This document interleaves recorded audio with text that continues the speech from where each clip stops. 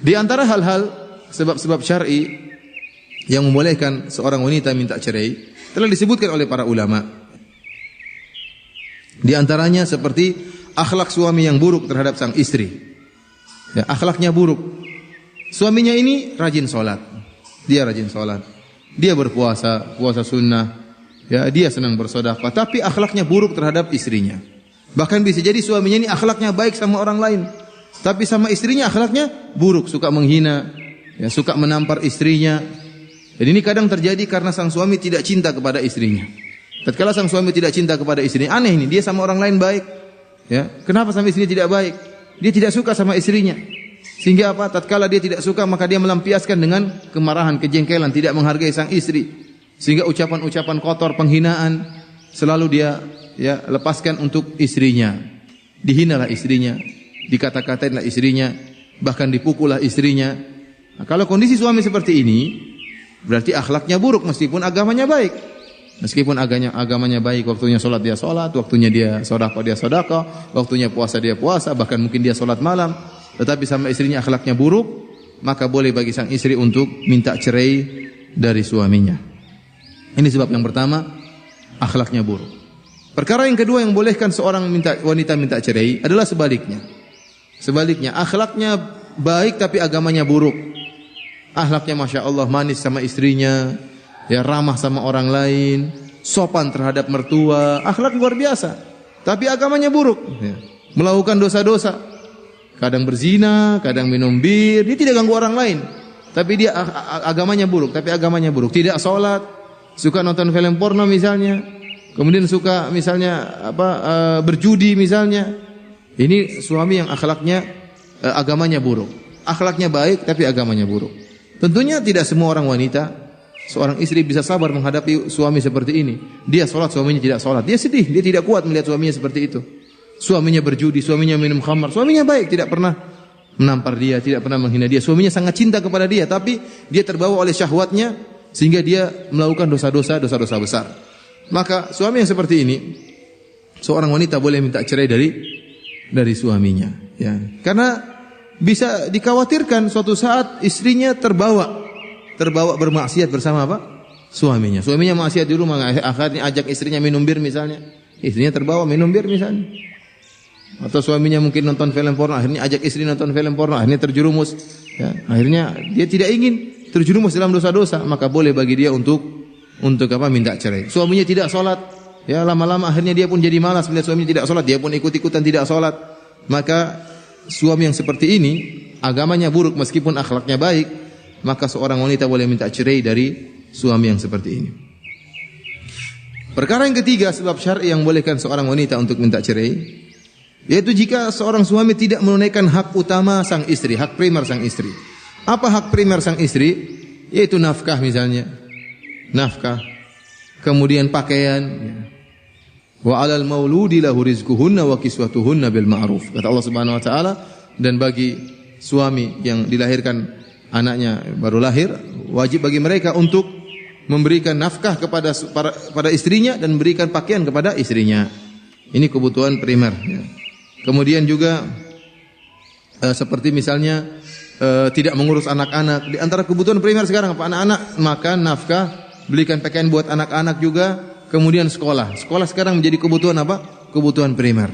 Oleh karena jika suaminya ternyata tidak mempedulikan hal ini, sementara dia punya uang, namun dia pelit, dia tidak memenuhi kebutuhan primer istri dan keluarganya, maka dalam kondisi begini sang istri boleh minta cerai.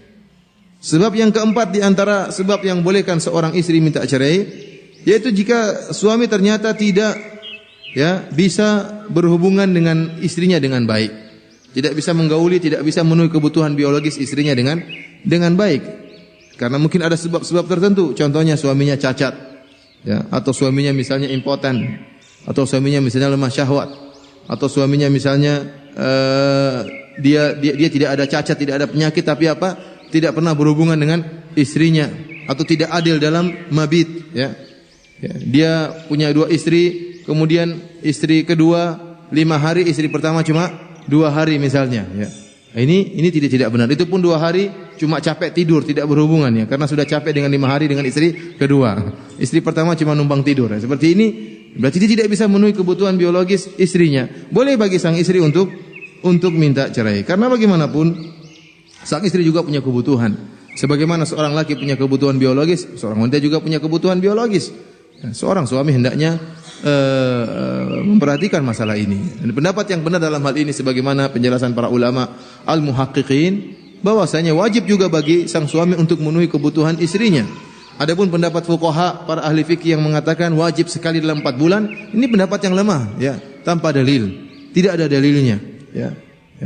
Karena masalah, ya, wa'ashiruhunna bil ma'ruf, kata Allah Subhanahu wa taala, pergaulilah para istri-istri kalian dengan cara yang baik. Kita kembalikan kepada urf, cara yang baik. Cara yang baik bagaimana? Tatkala sang istri ingin dipenuhi kebutuhan biologisnya, maka suami juga memenuhi. Wajib bagi suami untuk memenuhi dengan cara yang baik, ya.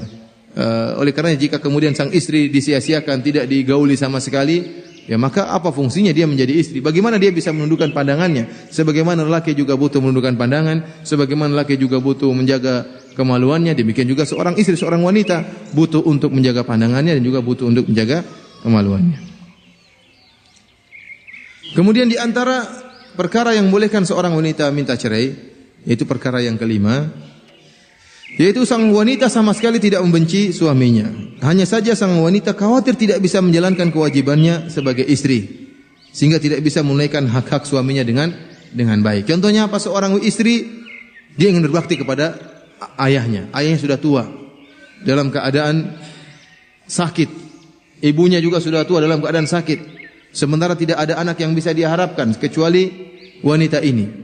Maka dia pun minta cerai dari suaminya. Kenapa? Kalau dia menjadi istri, dia akan tersita waktunya untuk mengurus kedua orang tuanya. Dan dia tahu bahwasanya suaminya punya hak-hak yang harus dia tunaikan. Tatkala dia khawatir tidak bisa menunaikan hak-hak suaminya, maka dia boleh minta cerai. Daripada dia terjerumus dalam dosa-dosa besar. Ini juga dibolehkan oleh para ulama. Jadi bukan kesalahan pada suami, tapi kesalahan pada dirinya. Dia khawatir tidak bisa memenuhi kewajiban suaminya. Maka istri yang seperti ini boleh juga dia untuk minta cerai. Di antaranya juga, ya, yang keenam, kapan seorang wanita boleh minta cerai? Ya. Jika seorang wanita tidak suka sama suaminya, bukan karena agamanya yang buruk, agamanya baik, bukan karena akhlaknya yang buruk, akhlak suami juga baik. Hanya saja sang istri tidak bisa mencintai sang suami, sama sekali tidak bisa. Dia berusaha untuk mencintai suaminya, tetap aja tidak bisa. Dia sudah berusaha 1 tahun, 2 tahun, 3 tahun untuk mencintai suaminya, tetap aja tidak bisa. Ya, dia tidak bisa cinta sama suaminya. Padahal kita tahu di antara tujuan pernikahan adalah apa? Wa ja'ala bainakum mawaddatan warahmah. Allah menjadikan di antara pasangan suami istri, ya, kasih sayang, kemesraan dan kecintaan. Tatkala hal ini tidak bisa diraih, ya, kecintaan tidak bisa tumbuh sama sekali, ya, bagaimana sang istri bisa ikhlas dalam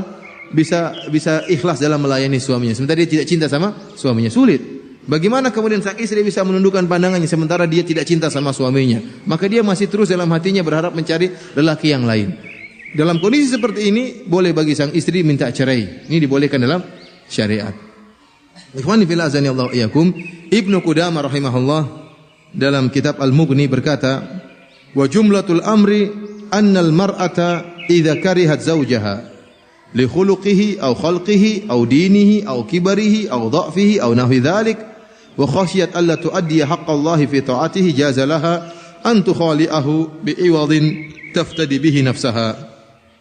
Kata Al-Imam Ibnu Qudamah rahimahullah, kesimpulannya bahwasanya seorang wanita, ya, jika dia benci kepada suaminya karena akhlak suaminya enggak beres, au khuluqihi atau khalqihi, ya, atau karena perawakannya yang dia tidak sukai, akhlaknya mungkin enggak beres, atau mungkin akhlaknya beres tapi penampilan postur tubuh suaminya dia tidak sukai, au dinihi, atau agamanya tidak dia sukai, au kibari, atau suaminya sudah terlalu tua, ya, sementara dia masih sangat muda misalnya, au dha'fi, atau suaminya ternyata lemah, atau yang semisalnya, dan dia khawatir tidak bisa menunaikan hak Allah untuk taat kepada suaminya, maka boleh bagi dia untuk minta khulu dengan syarat dia membayar tebusan untuk menebus dirinya.